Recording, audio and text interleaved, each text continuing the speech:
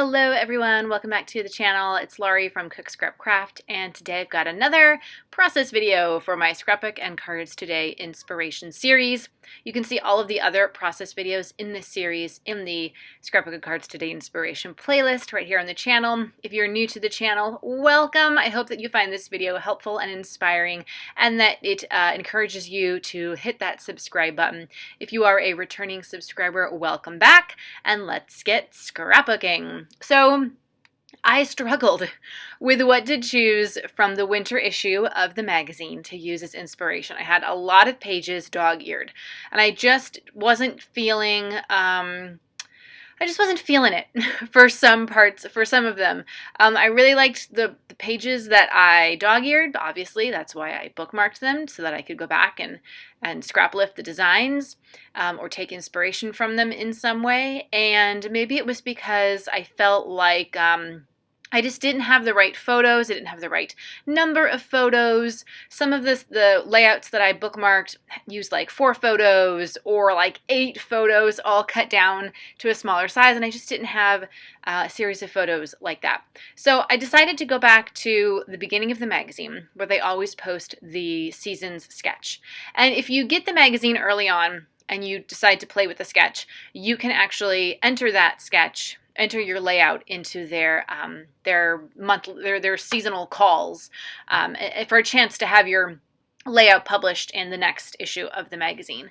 Obviously, I think submissions have closed for spring because the spring issue is coming up right around the corner, but they'll have another one in spring that you can play along with as well. So I liked this design because it has 2 photos. One of them, it's a PageMaps sketch, so they always tell you the sizes of the photos. So one of them is 3 by 3.5, and one of them is 2.5 by 3, and then it kind of looks like maybe there's a solid color background, maybe a little mixed media or like some splattering, something with misting sprays going on. It looks like they've done some journaling on small strips of paper, and it looks like there are at least 2 pieces of pattern paper, one going vertically and one going horizontally.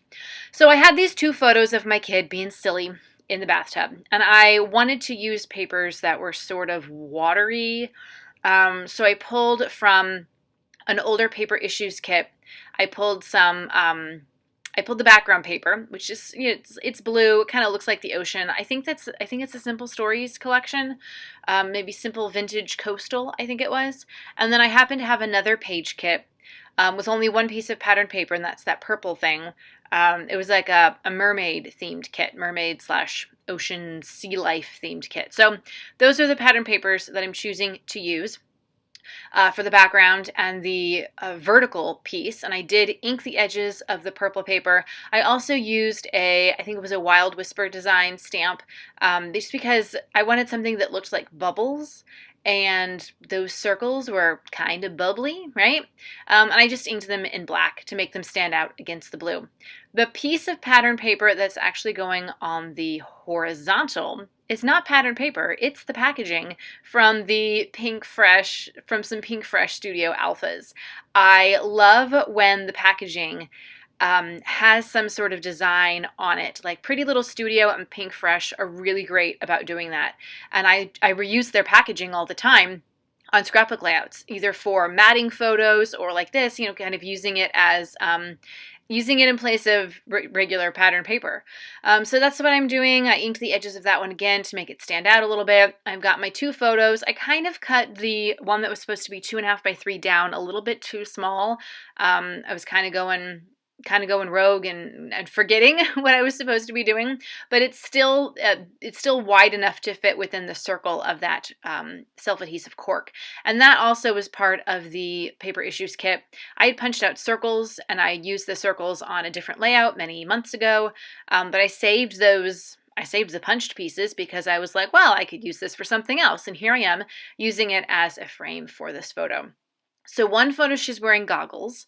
I don't really know where she got the goggles. They came from my in-laws' house, so I'm not sure where they have the goggles or if they belonged to one of her uncles and they were just still hanging around the house and now they're ours. And the other one, she's balancing a popsicle stick on her nose because we subscribe to Koala Crate, or KiwiCo is the parent company. And one of the monthly themes in this activity box was had to do with boats, pirates and boats. And so you used a popsicle stick as the mast for the boat. And of course, all of the pieces came apart in the bathtub, and now we're playing with them separately. Some of them I may have discarded just, because they need to be like clean, and I'm not totally sure how water resistant these popsicle sticks were. They seemed high quality, but anyway, side note, the middle photo, or the first photo there with the popsicle stick, I did back it with some green pattern paper, also from the Simple Stories collection. And then I'm going to do my journaling there in that cut apart, which is also from the Simple Stories collection, also from that paper issues kit.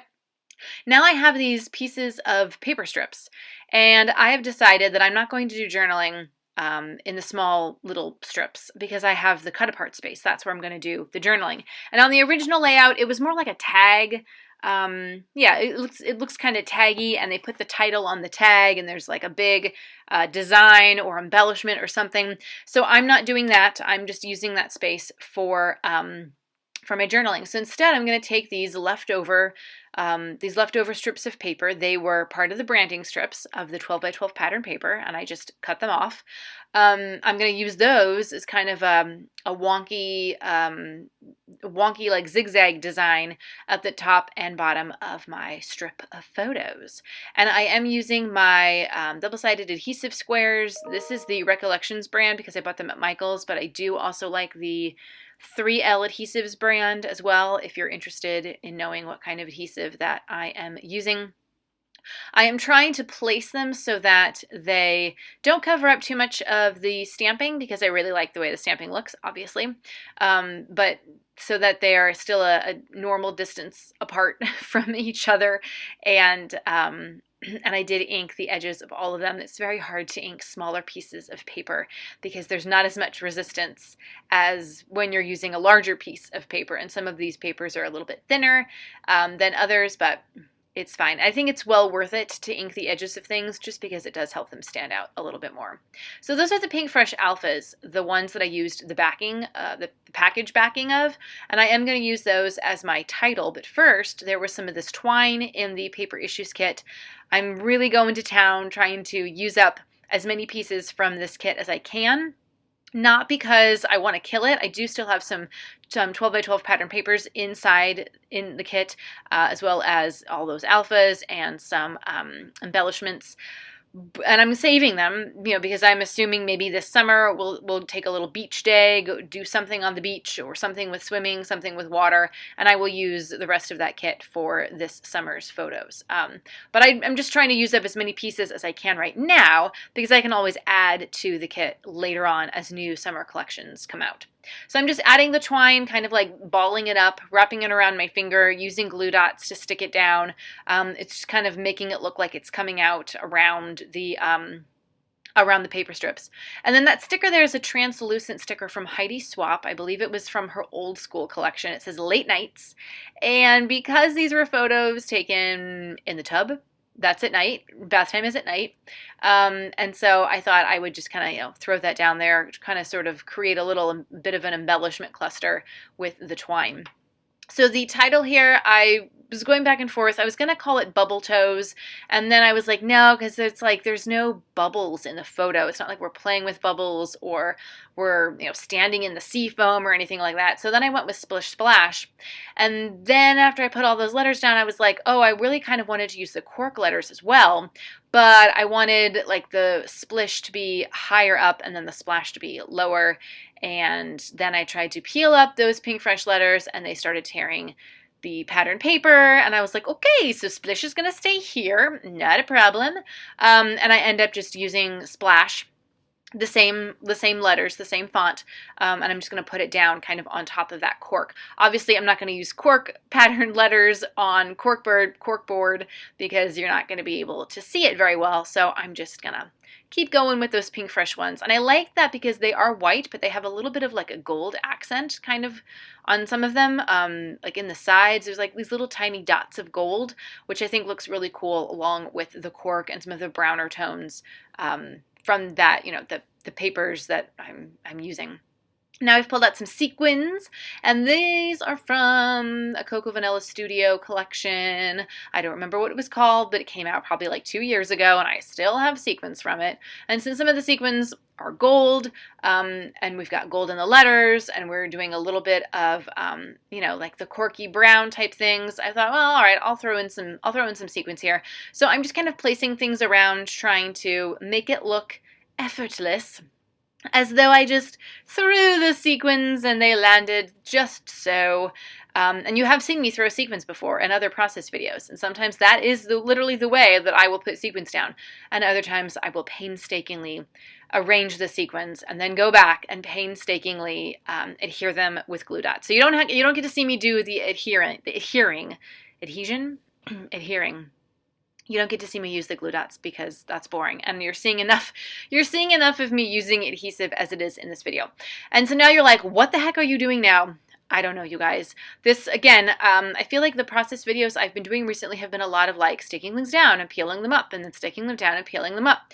So I just felt like there needed to be a little bit of something else, and this mermaid page kit that I had, it did have some extra stickers and embellishments, so I decided to add the mermaid tail, and I liked it better going underneath those border strips.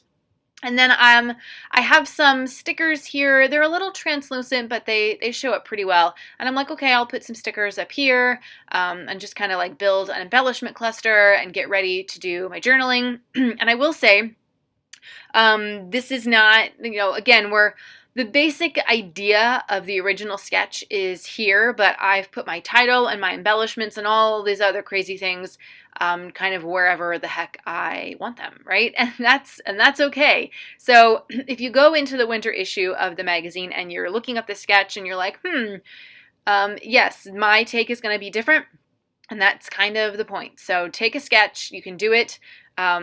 Sometimes I like to say do it exactly the same the first time around so that you get a feel for it, and then you can break the rules and mess it all up and do whatever you want the second time around. So now I'm going to put it in my journaling, and then just you wait, because I come back and I peel stuff up again. Luckily, the stickers from that mermaid kit, even though they're kind of cheap, they did peel up just right. They did not peel away any of the pattern paper, so I was able to safely peel them up, and I could reuse them again for something else too.